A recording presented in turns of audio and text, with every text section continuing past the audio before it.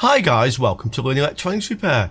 So maybe yesterday you watched my video, a good day at the office. Yeah, I had a couple nice simple jobs there, came in. Didn't take me very long to fix, wasn't too difficult. Obviously you need to know what you're doing, but as jobs go, they weren't so bad and they made a decent amount of money for me for the amount of time I put into fixing them. So today I have a video for you. This is put together actually from a few days ago. I already had this one on one side and now I'm going to publish it. So this is a bad day at the workshop. So this is what happens when I get simple jobs come in, look easy enough, but I can't fix them for various reasons, yeah? So let's have a look. Let's see what went wrong and let's see why these easy jobs turned out to be not that at all. This is a little job that's come in from the builders, local builders. They do like a lot of work on villas and very nice places with swimming pools and such like, probably some commercial places as well, cocktail bars and whatever. And he started to bring me some work, and so I've had work from this guy before with a controller for a jacuzzi built into a swimming pool. You might have seen that one. He's brought me this in. So he says this is off a large cutting machine. It's not like a laser, this is a saw, like a bandsaw or something like that, a jigsaw maybe, that's computer controlled, so you can put a big piece of, I guess, plywood or MDF on this, and you load the program and it cuts all the pieces out of it for you. So he actually says he's ordered another one of these. This machine's Italian. Sorry, I don't have any photos of the thing for you, but it's a very big thing, okay? And he says the problem with this, which is a sensor by the way, is that the wire somewhere here is broken, so it'll stop working, the thing will shut down because it doesn't know where it is. If you waggle this here, you can get it to work, it might work for a few days and then it'll play up again. So he's ordered another one, he says, but while he's waiting, can I fix this one? So this is basically a rotational sensor. I'm not sure there probably is a proper name for this. What will be inside here is like two glass discs with lines etched onto them or printed onto them. One will be fixed and one will rotate with the shaft, and by rotating around it causes patterns like a diffraction or diffraction grating. I'll show you what it basically does. So for example, these are reballing stencils, and if I take the two and I put them together straight away, can you see those patterns? So I'm moving one up and down in these like areas, dark areas appear, and they're moving, what you see, closer together, further apart, they move around. So that's effectively the same principle that these glass discs use. So as well as the rotating disc and the fixed disc, there will be one or two LEDs shining through with sensors on the other side, and that's how it's picking up the position, the speed of rotation, the direction of rotation of this, and that's how part of the machine, I think, drives a big belt, knows where the cutting head is. Okay, so he asked me to fix it. Says basically we have a bad connection. I think we can see this kind of waggles around a bit here, but I'll just check actually to see. So yeah, this unscrews.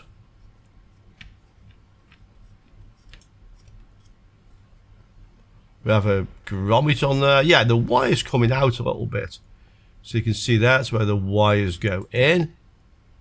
Okay, the other end is just a 9-pin DIN plug. Let's have a look. So I mean, I suspect the problem was that end because that's what he said, but let's have a quick look as well at this end, because if we're going to effectively check these through with a multimeter, then we need to set this end off anyway, unless we can visibly see the damage, and even so we still need to track it through just to make sure we have a good connection. Yeah, I call this a DIN plug. It's a D type, I think that's the real word for it, 9-pin D. Okay, so we can see all the wires here, they look to be soldered well.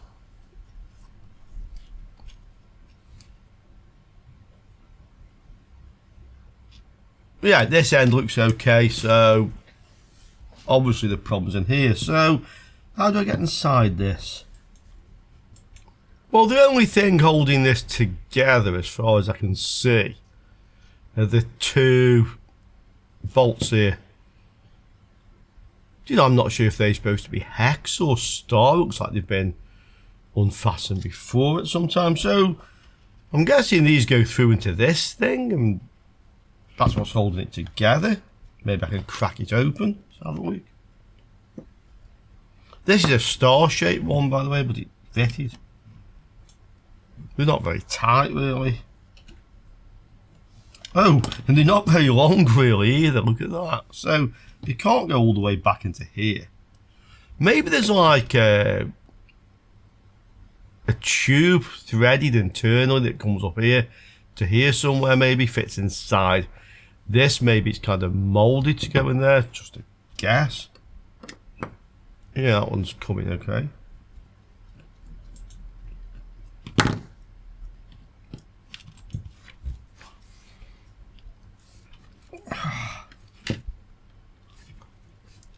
Well, it doesn't seem to have helped.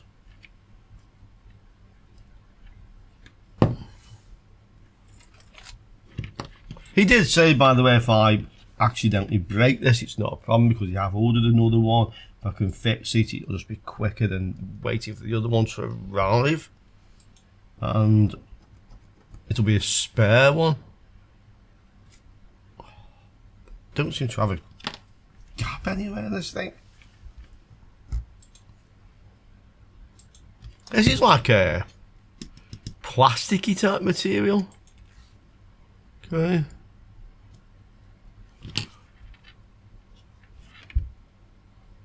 Oh, there's a couple of grub screws. Maybe this has to come off first and then it'll come out. Let's have a look. So, well, they're a lot smaller. Yeah. Yeah, these are like hex or Allen key type things. Okay.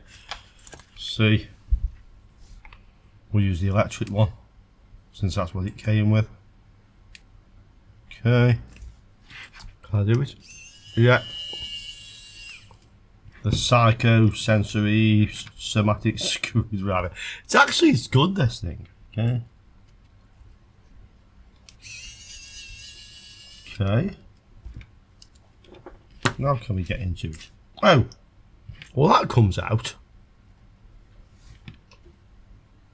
But that doesn't.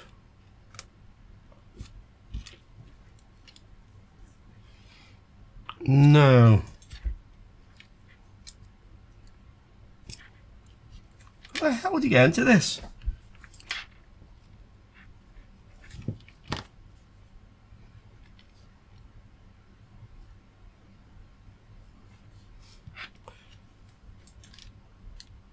Do you think maybe you clamp this piece into a vise and then you have some special tool that kind of like fits into this gap? Yeah, like a rounded end and just kind of like a weave it. Oh, bitch.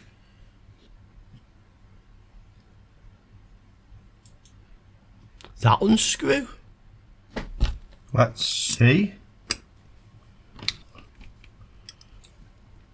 Oh. Well, if it does, it doesn't do it easily. Christ. Ah!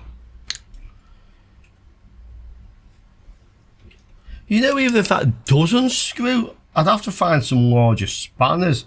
My car is down at the mechanics at the moment and the big toolbox is in there, so I don't actually have them either, but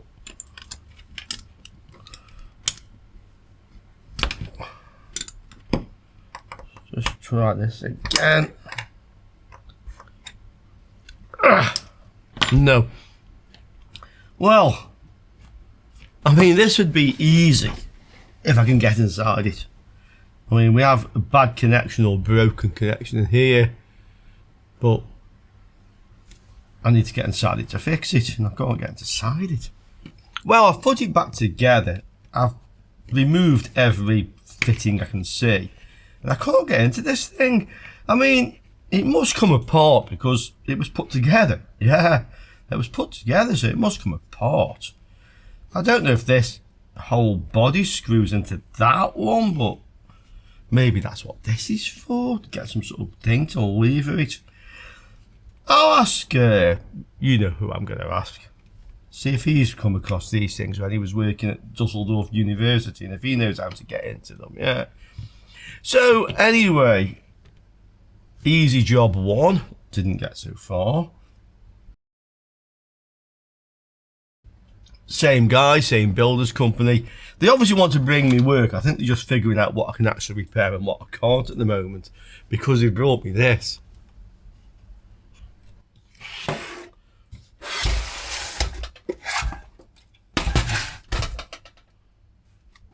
I'd class this more as electrical than electronic. I don't know what's inside it. I mean, it has a remote, so there are some electronics in it. It's an infrared heater. Have I ever looked at one like this before? No. I mean, I've seen ones that have like just like heating elements in. This one, well, maybe that's what it does have. Let's see, first of all, can we get into it?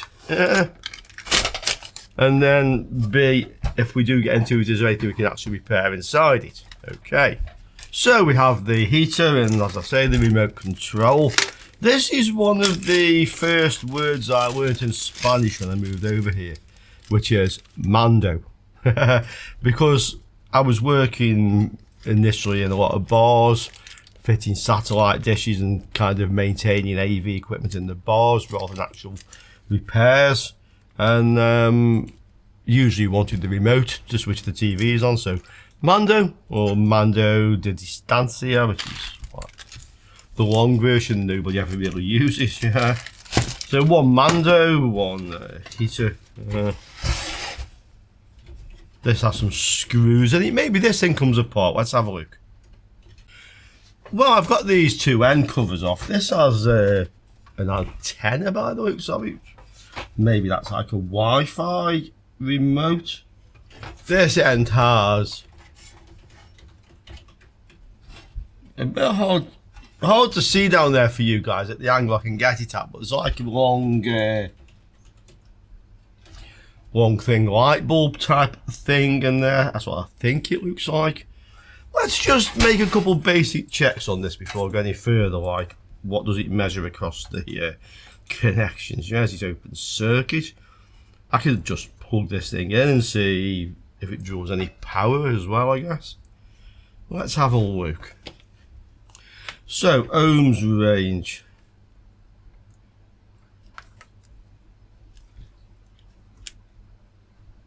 It reads open. Let's put the switch on. It reads about a mega ohm, so it reads some difference with it switched on and switched off. About 1 meg. Oh, there's like another little switch here. Not sure what that one does. It doesn't change the resistance reading. Yeah, it seems to have two positions, like a push button of some sort. Okay. I use the safe block. I've had this since the 1980s. Very handy things. So the guy who brought me these, they're the ones who brought me that LED light engine with the fibre optic thing. Apparently that fibre optic thing is all on the bottom of a swimming pool, so there's like fibre optics built into the base of the swimming pool. That's what it actually does. If you remember the video, I'll link it, figured out it's definitely the LED that's faulty. 120 watt or 75 watt or whatever it is. Thanks to some of you guys, I have the part number. They have them on AliExpress. It's about 200 and something euros. We would get the 21% off that, so probably a bit below 200. And he's happy to pay that. So I said to him, well, you have to pay for the parts first. Yeah. And I'll order them. And he said, that's fine. Question is with that one, that's the same company. is the LED, the high powered LED is cemented or something like that to the heatsink. I couldn't get it off. I suggested hitting it with a hammer. So we'll look at the end of this video, see if we can get any ideas how to get that damn thing off. Yeah. Let's see now what's going on with this. Okay, so the light bulb's over there. You can see it's on this camera as well. If this is working, it came on, you'd expect that light bulb just to light up because this would draw a lot of power. Doesn't do anything. Press the little switch. So this draws no power at all, okay?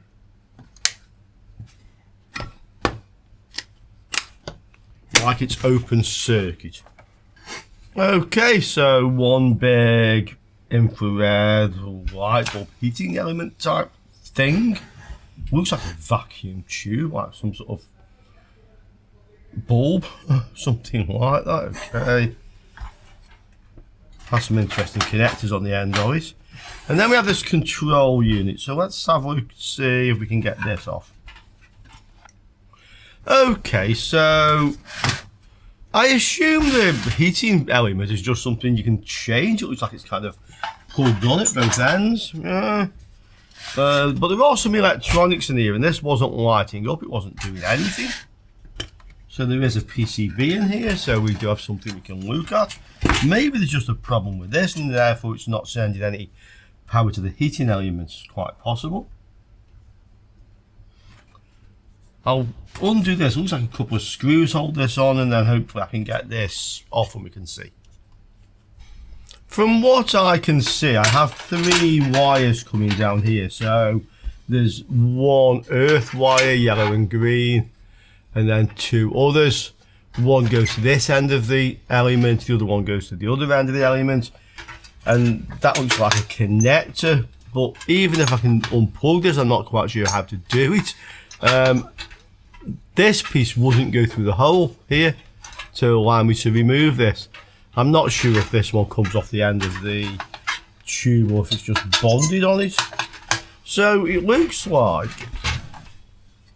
the only way to get this apart, and I've removed all the screws, is these are the wires coming through. So we have the 2 white wires that go down into there, and this is the earth wire. So I can remove the earth tag. I think I'm going to have to take these plastic things off. These are obviously crimped. I'll have to re-crimp them with something afterwards. And then I can get this PCB off. I don't see any other way to do it. The fact that the thing didn't light up makes me think maybe this hopefully is the problem. So, well, that's the only way I think I can get at it. So we'll do it that way. Yeah, and then I'm sure I can find some. I'm pretty sure I have some sort of crimps I can put back on this. I don't think it matters which is which, but I've put a red mark on the one with the brown lead, yeah, so I know where it came from at least. Probably not the best use of these, by the way. I think I'll find something a little bit better to do that with. Yeah, it's like just a metal collar that's crimped on, basically. I guess these things have got a name. But it's off. Yeah, it's off. Just that piece didn't come off like in one piece. Okay. So I've marked them all, so we know these 3 will go together. Same with the other one, and this should come off. Okay, guys, so I have the PCB. I'll just show you how this is actually wired up. So this is the one which goes to the antenna for the Wi-Fi, I'd say. It's not for the infrared control, because the infrared control has a sensor here. Yeah, that one. So we have 3 wires other than that one. 1 blue, 1 red, and 1 white, which I've put a red stripe on, okay? The way it's connected up then, we have these wires coming in. So I've called this one brown brown and this one brown blue. So these come from the mains cable, okay? Brown brown goes to the switch in here. In fact, we can just reconnect that one really. So this goes onto the switch, like so. And then coming from the switch, as I've shown on my little diagram, I've drawn it. Okay, so brown to the switch. Then from the switch we have the red wire to the PCB, which is this one. Then from the neutral coming in, I've called it brown blue. That connects in one of the little connectors to two white leads. So one I've put a red stripe on there, and that's this one I mentioned, white red. Okay, so this is live in and neutral in. The blue one comes out and goes to another connector. And again, I've marked this white red. I'll show you why. It's this one. So this then goes down into the actual heating element. It comes back from the other end of the heating element on this white one without a red stripe. And then that one also connects back to here. Okay, so this is like the short white red one, and this is the long one. Okay, so we know which is which. So that's the connection. So basically the power onto our PCB is coming in on red and the white red. Okay, and this is switched or pulse width modulation control into the heating element. Now we know that's the case because we can just track this out. On here is a large device. Just get this, we can see the writing on it.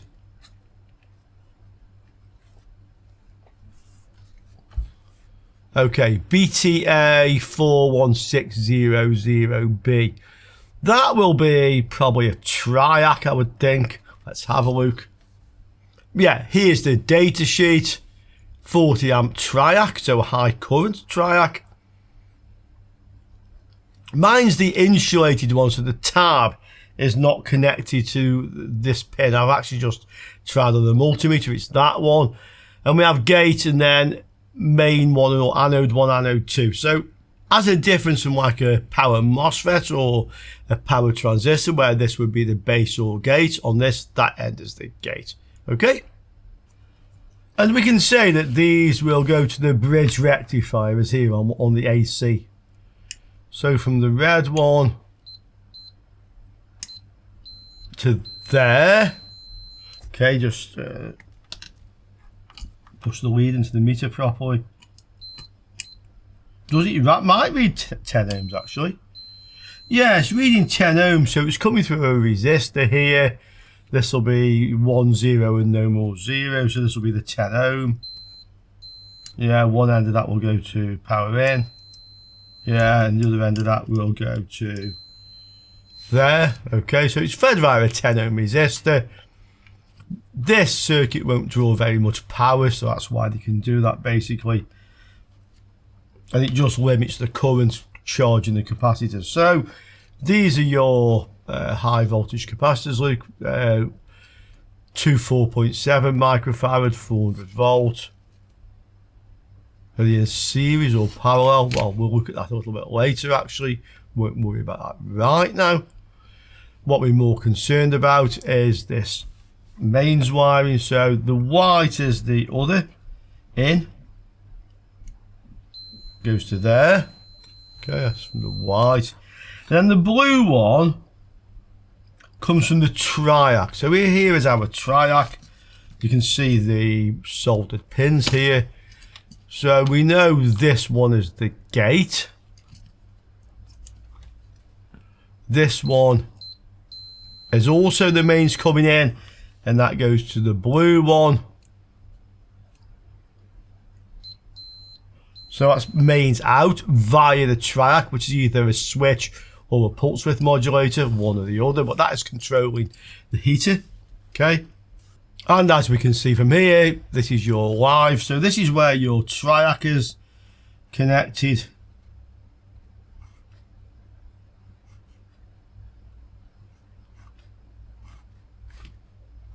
Like that. And this is the gate, which is controlled by the circuit, whatever controls it. Okay, so that's how it's wired up. So you can see that when this switch is on, it applies power across this heating element to here. So that's what we actually have. Okay, And on here we also have a little switch mode power supply, SMPS here. So this we can see is the switch mode power supply transformer. That must be the controller. This will be a MOSFET probably, it says Q10, which is effectively like switching the transformer primary. There'll be a auxiliary secondary which powers back into here. So are these in series or parallel? I mean, they're 400 voltage, so you would think they were in parallel, but they look like they might be in series, unless it's a double-sided PCB, so hopefully I'd expect these to be in parallel with each other. Those connect together. Yeah.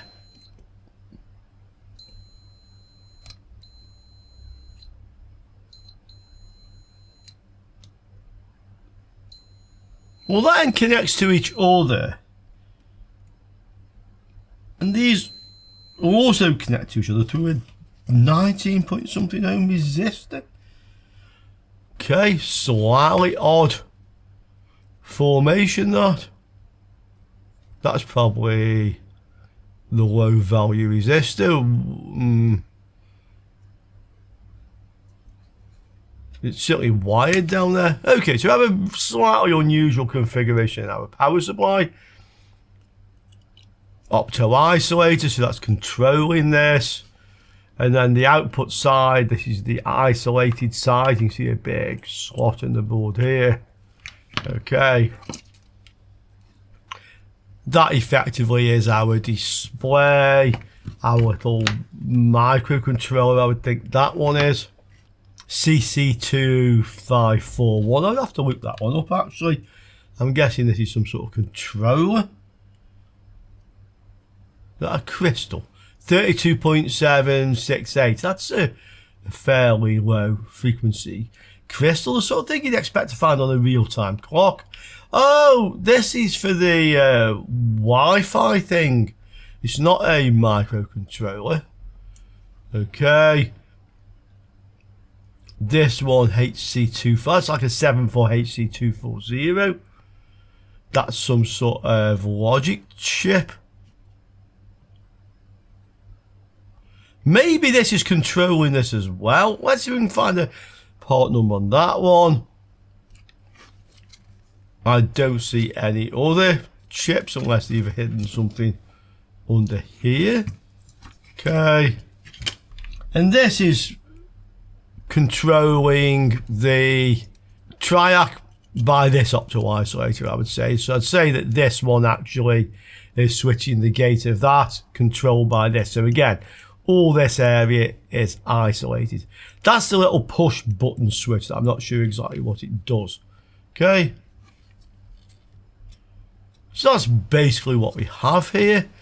Let's see if we can identify these two chips.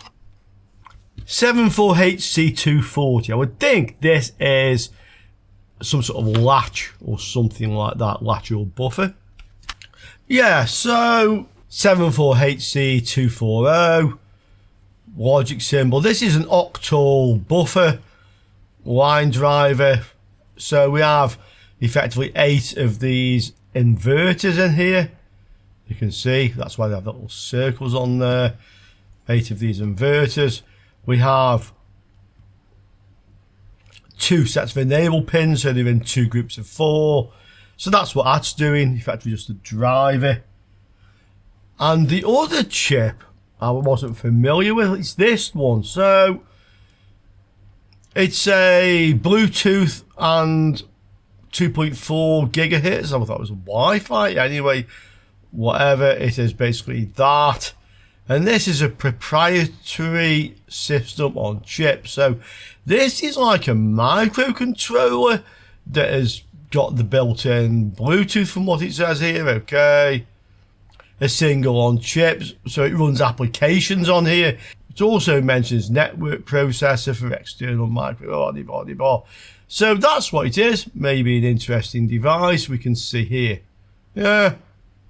So that's the brains and the communication. So we have a good idea of what we're looking at here. Other notable components. These are Well, this is the output rectifier diode. These will be the smoothing capacitors. This looks like a voltage regulator. Yeah, it says 1117 on. So these come as 3.3 volts, which this one actually is. It's marked. There's 5 volt ones. There's also adjustable ones. I think there's probably 12 volt as well. So that's that. This is your output diode. These are your output capacitors. They look like they are in parallel. 220 microfarad, 16 volts. So that's your output voltage. And then via this regulator down to 3.3 volts, which is for this lot. Okay. So just about everything on here is repairable apart from that, because it's a programmable device. Even if we could get one, we don't have the firmware. Okay, so we have that, and that is probably something we can fix. But there's something that does concern me about this, and that's this heating element. It's made from glass from what I can see. There's a kind of a bonded on connection on the end that doesn't seem to come off. But this is kind of like built into this thing. You can't just take that out. It's almost like the reflector around the thing, a pot of water. I know nothing about heating elements really. But because this has this large triac on, I would assume that takes quite a bit of current. And if that takes quite a bit of current, I would assume it's got quite a low resistance. Yeah. And we have the 2 white leads here, and we can just check this. So meters on ohms range. That's my skin resistance. So that reads open circuit. So that suggests that is just open, unless for some reason it doesn't conduct until there's a high voltage across it. Really don't know. There's no part number, I think, on this. Now, I might be able to get it out and look at the back of it, but that's what it is. But if that's the case and this wasn't powering up, I didn't see this lit up, then that suggests we have 2 problems here, and that's also a bit strange. So for as much fun as anything else, we can power this up and let's see if this actually is working. If this is not working, then if we fix this, maybe the heater will work. Although I suspect somebody out there knows exactly what this thing is and what it should read on my meter. Okay? And maybe even knows if we can get one. So let's just check for any obvious faults on this. If I don't see anything, we'll power it up. We know the power's on the red and the white. I don't know what that little switch does, by the way. This thing has no make or model number or anything to give us a clue. I don't see any fuses on this, by the way. So we know we have the power getting to here. We can just check this bridge. So we'll connect the black to one of the AC. Should connect to here, like a diode, yes, and the other one, yes, so that's okay. Then with the red onto the AC to the positive.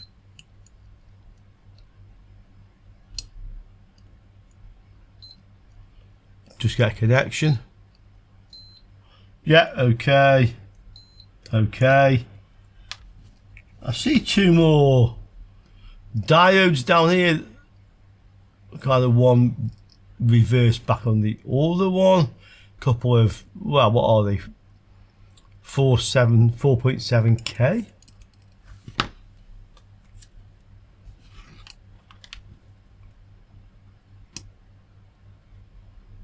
$47K.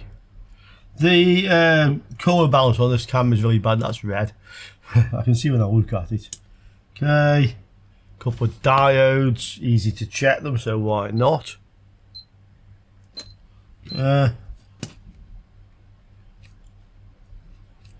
So this one this way round. That goes through one of those 47K. The other one's connected to the other one.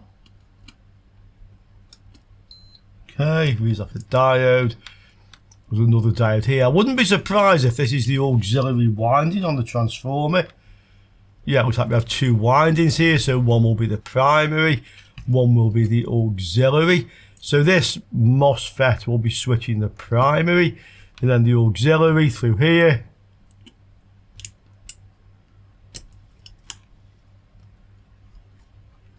Reads okay. That'll feed power probably through a resistor back to this chip. So this will have a startup supply and it will have a auxiliary winding which effectively gives it a continuous supply. Maybe by this 220 ohm. Seems a bit high. Does that go to here?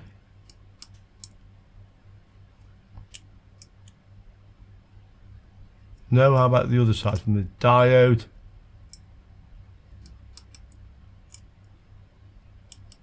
I'd say that's the auxiliary supply and this is the capacitor on the auxiliary supply. Okay. Another diode. Looks okay. And then this I would think is a MOSFET. Could be a transistor. 13003B. Yeah, bipolar transistor. Well, that shows it in that package, which does not match what I have, okay? Let's see what all transistors says. That also says it's a TO220, so can't say for certain about that one. We can check it though. Well, this is it. This pin goes to the transformer. Okay, so one of the other two would be the base. It's this one. I don't see anything. Don't see anything. Is the other one the base? Yes. Yeah, so it looks good. And this is a slightly lower reading than that one. In fact, considerably lower, so this is the emitter. So that all makes sense. So everything looks basically okay on our power supply. Let's connect some power to this and see if it's actually running. Okay, there's the light bulb. You can see it better now. So power on. Oh, it does actually work. Maybe I just couldn't see that before on that display, you know, with all the light. Yeah, I couldn't see that lit up before. So that does actually work. Let's see if it's actually applying any power to the heating element. Okay, so I've just connected a couple of crocodile clip leads to my multimeter. I know I have a good connection because if I just go to ohms, yeah, so I have a good connection. We want AC volts because this is AC. I haven't connected the heating element because it reads open circuit anyway. I mean, I can try that in a minute. It may be that I actually read nothing here because there isn't any current flowing through the triac, so effectively it won't latch on. Yeah, I'll just insulate that from my mat. So let's see if the heating element gets any power. But as I say, it may not show any. Again, so let's try it. Yes, I have 220 volts going to the heating element and it isn't working. So spent a bit of time, but I think it was fun. Another look around a bit of hardware. That's what it's all about, isn't it, guys? And it looks like we have a faulty element here. I'm not sure this thing even has any markings on it. Let's see if we can get it out of there. We can have a look. So this thing, SunCare 235 volt 2000 watt ULG. It's not marked with anything at the other end, but maybe that tells us what it actually is. Well, nothing's ever easy in my life at the moment, it seems. So I couldn't find that particular brand of the right type.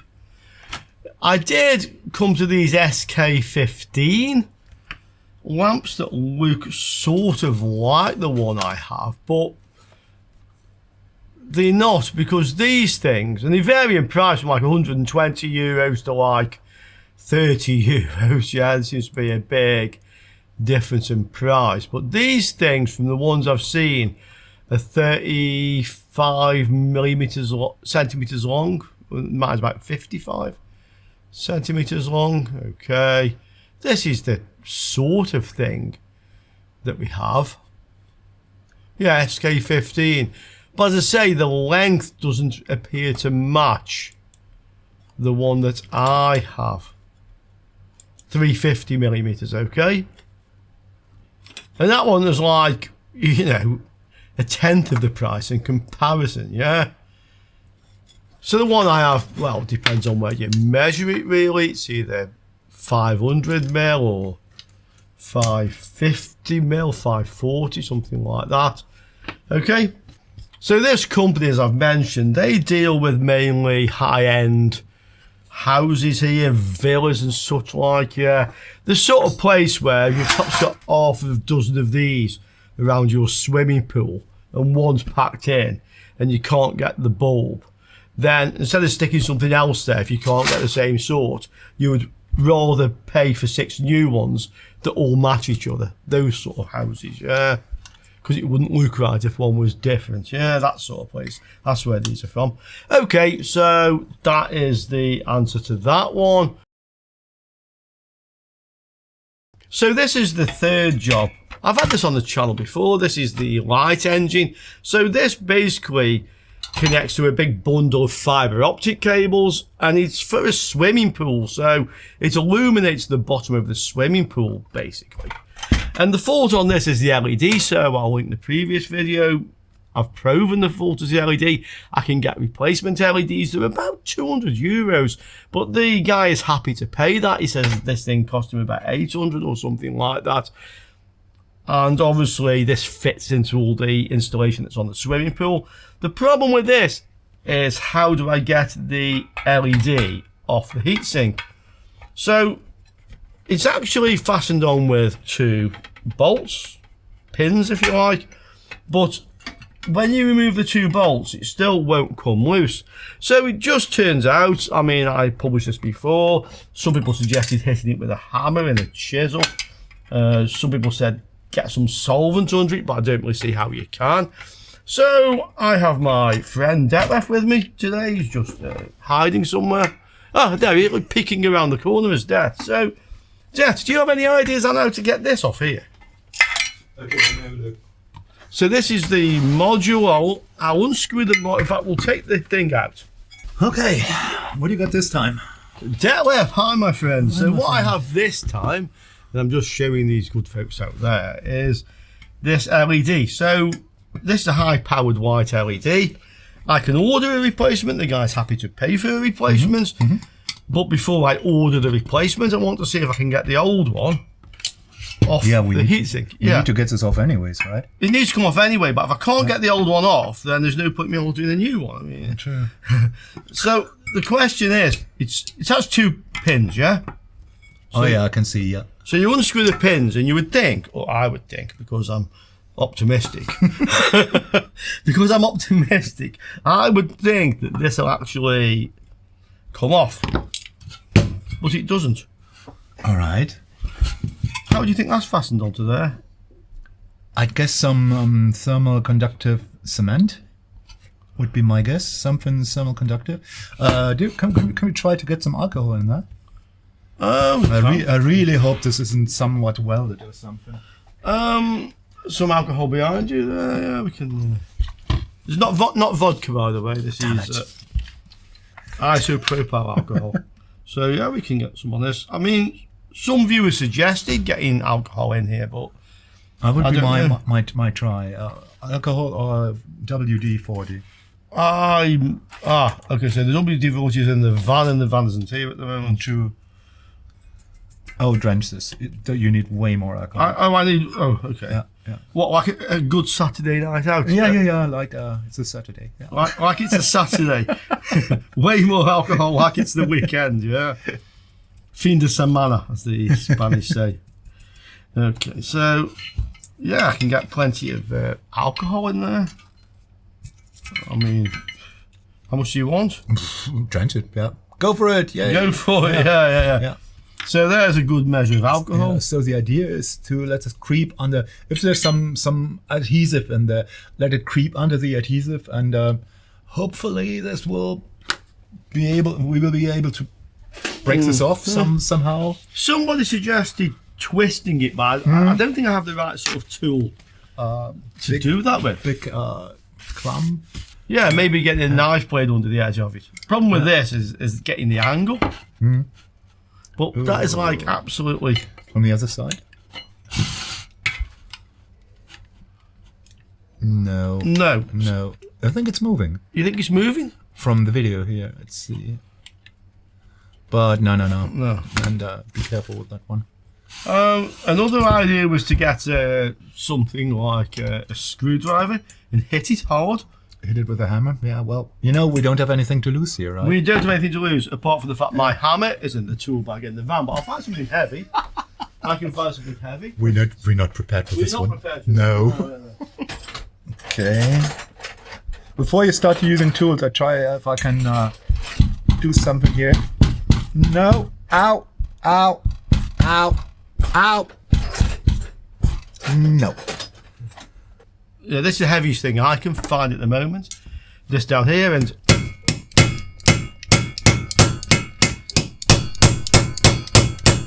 Interesting sound. Yeah, I'm just thinking about electronic drums and I thought, tune this down 2 octaves. We have set from really interesting. Have you noticed I can't even get under the edge? There's no lift.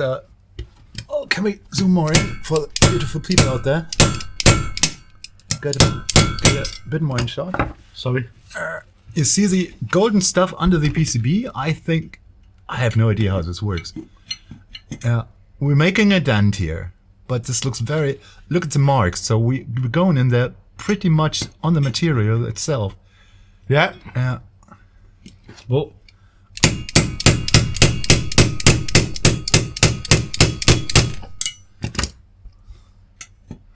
Okay. It's hardly done anything to it. I don't know. Look at this. On this side, it looks like there's more contact. On this side, it looks like it's very much more not contact. Do you think coming this side? I don't know.